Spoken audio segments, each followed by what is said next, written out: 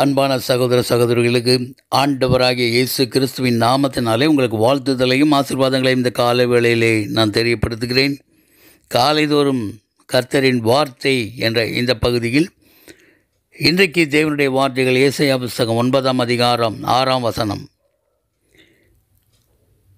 நமக்கு ஒரு பாலகன் பிறந்தார், நமக்கு ஒரு குமாரன் கொடுக்கப்பட்டார். கர்த்தத்துவம் அவர் தோளின் மேல் இருக்கும். அவர் அதிசயமானவர், ஆலோசனை கர்த்தர், வல்லமை உள்ள தேவன், நித்திய பிதா, சமாதான பிரபு எனப்படும்.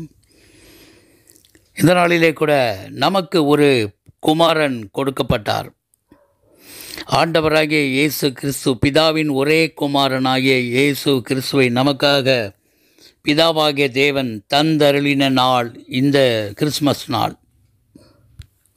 யோவான் புஸ்தகம் 3ஆம் அதிகாரம் 16ஆம் வசனம் சொல்லுகிறது, தேவன் தம்முடைய ஒரே பேரான குமாரனை விசுவாசிக்கிறவன் எவனோ அவன் கெட்டுப்போகாமல் நித்திய ஜீவனை அடையும்படிக்கு அவரை தந்தருளி இவ்வளவாய் உலகத்தில் அன்பு கூர்ந்தார். நமக்கு ஒரு குமாரன் கொடுக்கப்பட்டார். அந்த குமாரன் பிதாவின் ஒரே பேரானவருடைய குமாரனாகிய இயேசு கிறிஸ்து. அந்த இயேசு கிறிஸ்துவை விசுவாசிக்கும் போது நமக்கு ஒரு நித்திய ஜீவனை கொடுக்கும்படியாக தேவனாய் கர்த்தர் இந்த பூமியிலே தன்னுடைய குமாரனை அனுப்பினார். பரிசுத்த தேவன் பரலோகத்தை விட்டு பூமிக்கு இறங்கி வந்து மரித்தோரை எழுப்பினார், பிசாசுகளை துரத்தினார், பலவிதமான நோய்களை அவர் குணப்படுத்தினார். அது மாத்திரமல்ல, அவர் பலவித அற்புதங்களை செய்தார். பலவிதமான விடுதலையின் அற்புதங்களையும் ஆண்டவர் செய்தார். இன்னும் வரப்போகிற நாட்களுக்குரிய தம்முடைய 2ஆம் வருகைக்கான அடையாளங்களையும் அவர் பூமியிலே வெளிப்படுத்தினார். ஆண்டவராகிய இயேசு இந்த பூமியிலே வந்து அந்த குமாரனாகிய கிறிஸ்து மரித்தோரை எழுப்பினார், லாசருவை உயிரோடு எழுப்பினார். தான் தேவனுடைய குமாரன் என்று நீங்கள் விசுவாசிக்கும் போது தேவனுடைய மகிமையை காண்பீர்கள் என்று சொல்லி எழுப்பினார்.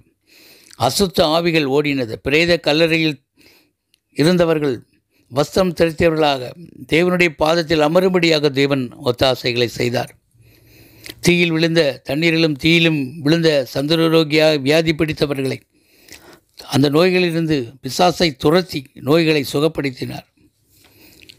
38 வருஷமாக கிடந்தவனை குமாரனாகிய இயேசு கிறிஸ்து குணமாக்கினார். 12 வருடமாக இருந்த பெரும்பால் ஸ்திரியை குணமாக்கினார்.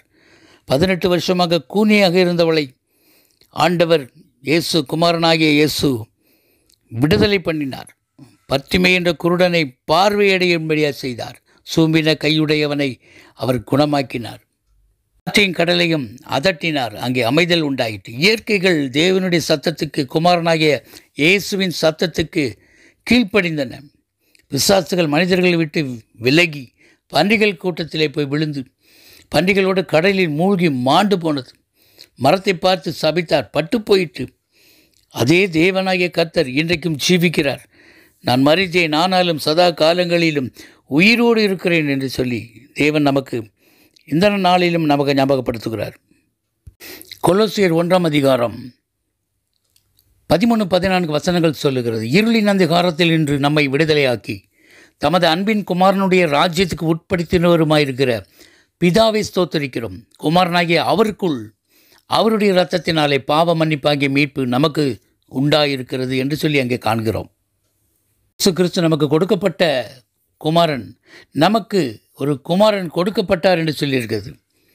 அதே கொலோசியர் 1:16 அவருக்குள் சகலமும் சிருஷ்டிக்கப்பட்டது, பரலோகத்தில் உள்ளவைகளும் பூலோகத்தில் உள்ளவைகளும் ஆகிய காணப்படுகிறவைகளும் காணப்படாதவைகளுமான சகல வஸ்துக்களும், சிங்காசனங்கள் ஆனாலும் கர்த்தத்துவங்கள் ஆனாலும் அதிகாரங்கள் ஆனாலும் சகலமும் அவரை கொண்டு அவருக்கென்று சிருஷ்டிக்கப்பட்டது. உலகனாகிய பிறந்த கிறிஸ்து, நமக்காக கொடுக்கப்பட்ட குமாரனாகிய கிறிஸ்து, அவர் நித்தியமாக நம்மோடு வாழ போதுமானவராக இருக்கிறார். இந்த நாளிலே தேவனாய் கர்த்தர் பிறந்த நாளை இன்றைக்கு அதிக மதுபானங்கள் குடித்து கொண்டாடுகிறார்கள்.